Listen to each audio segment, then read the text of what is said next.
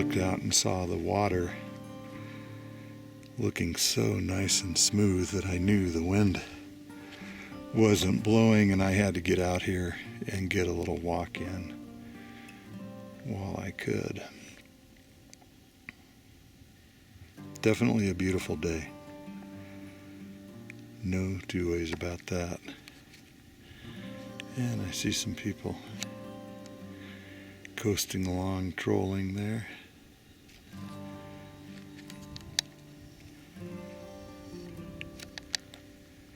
But yes, it is a beautiful day. So, I'm going to go for a little walk, but I'm going to take you along with me. You deserve some punishment, I guess. Anyway, my son was officially tested for COVID-19 yesterday, and his doctor felt, that he probably has it, as does his wife. They've both had the classic symptoms, the loss of their sense of smell, their sense of taste.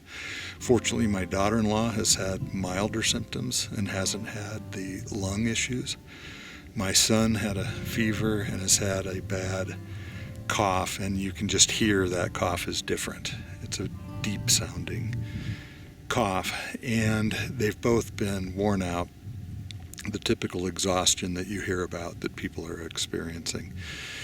So, because Jess is a healthcare professional, she was able to schedule a test for my son, and they're hoping to find out so that they'll, the assumption, of course, would be that she is positive as well, but they won't test you unless you're showing some really serious symptoms, the cough in particular. So, the reality is that there's way more people infected than we actually know that have, in testing, and at this point it's probably somewhat moot. If you've gotten a fever and a cough and you've lost your sense of smell or taste, you can assume you've got this bug. But it does point out how we really don't know a whole lot. But I do know in my tracking and my little mathematical formulas and whatnot that we have actually, in my mind, turned a corner just a tiny bit. I, for the first time, increased the doubling time to better approximate the number of infections that are being reported. Every other day almost this whole time I've had to decrease the doubling time, meaning that the rate of infection was increasing, and this is the first time that it slowed. The death rate hasn't changed. But anyway, it does look like my son is on the road to recovery, thank goodness. A bit scary, but just a reminder that we aren't through this, and it's going to be a while longer yet. But anyway, I thought I would relay a humorous story to you that you might enjoy, a little diversion. But one of my college buddies got married and had a bachelor party, and one of my friends, my current friends,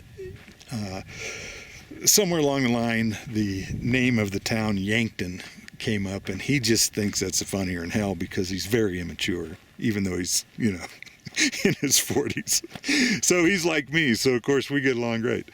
So anyway, this story is about Yankton and the time that my buddy had a bachelor party there. And in Yankton there is a bar and strip club combination that's been there forever called the Cockatoo. And it's notorious because there's always people getting in trouble there. So we had this bachelor party there, and we started doing tequila shots. And tequila shots and I are quite often a disastrous combination, if you can imagine that. So ended up getting in a fight at the Cockatoo over a pool game or some stupid thing. I don't even remember exactly what it was, but me and the guy I was fighting with, we both got tossed out. I didn't know it, but they arrested him. So I don't know if he had started it or what. I'm not sure. But anyway, my buddies didn't know that I'd been 86'd out of the place. And so I sat in the car for about an hour and then walked back in I was just going to let them know. And man, that was a mistake. A couple of bouncers and people were just on me. I was pinned down and the cops were called and I was hauled off to jail. So I was such an ass. I'm lucky the cops didn't just beat the crap out of me. I yelled at the jailer. He'd go back into the office or whatever, and I'd be yelling, "You effing pigs," or something, and then he'd come back and he'd yell at me, "We know it's you," because I'd act like I was asleep. So anyway, my friends did come finally after the cops called my wife. My friends did come bail me out, and I'm sure the jailer was thankful to see me gone. So the way it works, when you're charged with something, you have to go to court to enter a plea, and then depending on whether you plead guilty or not, you either pay the fine then and there if you plead guilty, or you come back for a trial.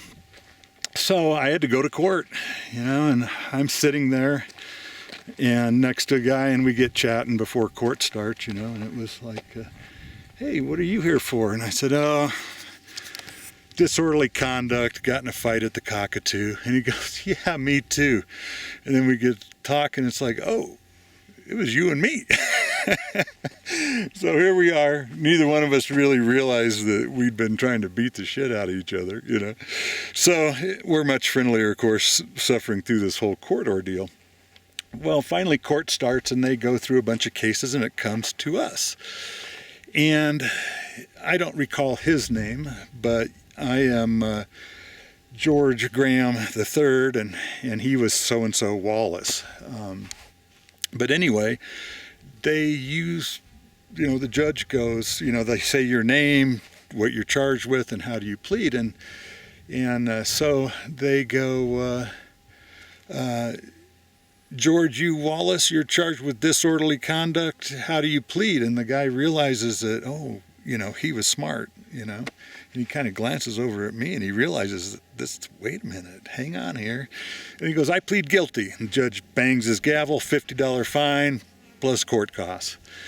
And then they, have my name all screwed up, like his first name and my last name.